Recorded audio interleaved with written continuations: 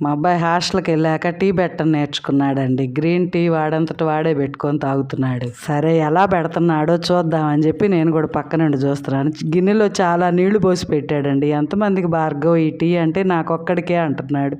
మరి అన్ని నీళ్ళు ఎందుకు అని అంటే, ఎన్ని అవసరమో అన్ని తీసుకుంటాను మా అంటున్నాడు.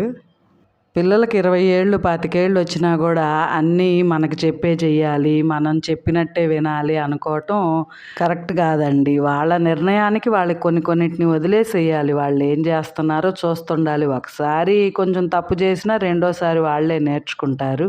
అదే కదా అనుభవం అనేది.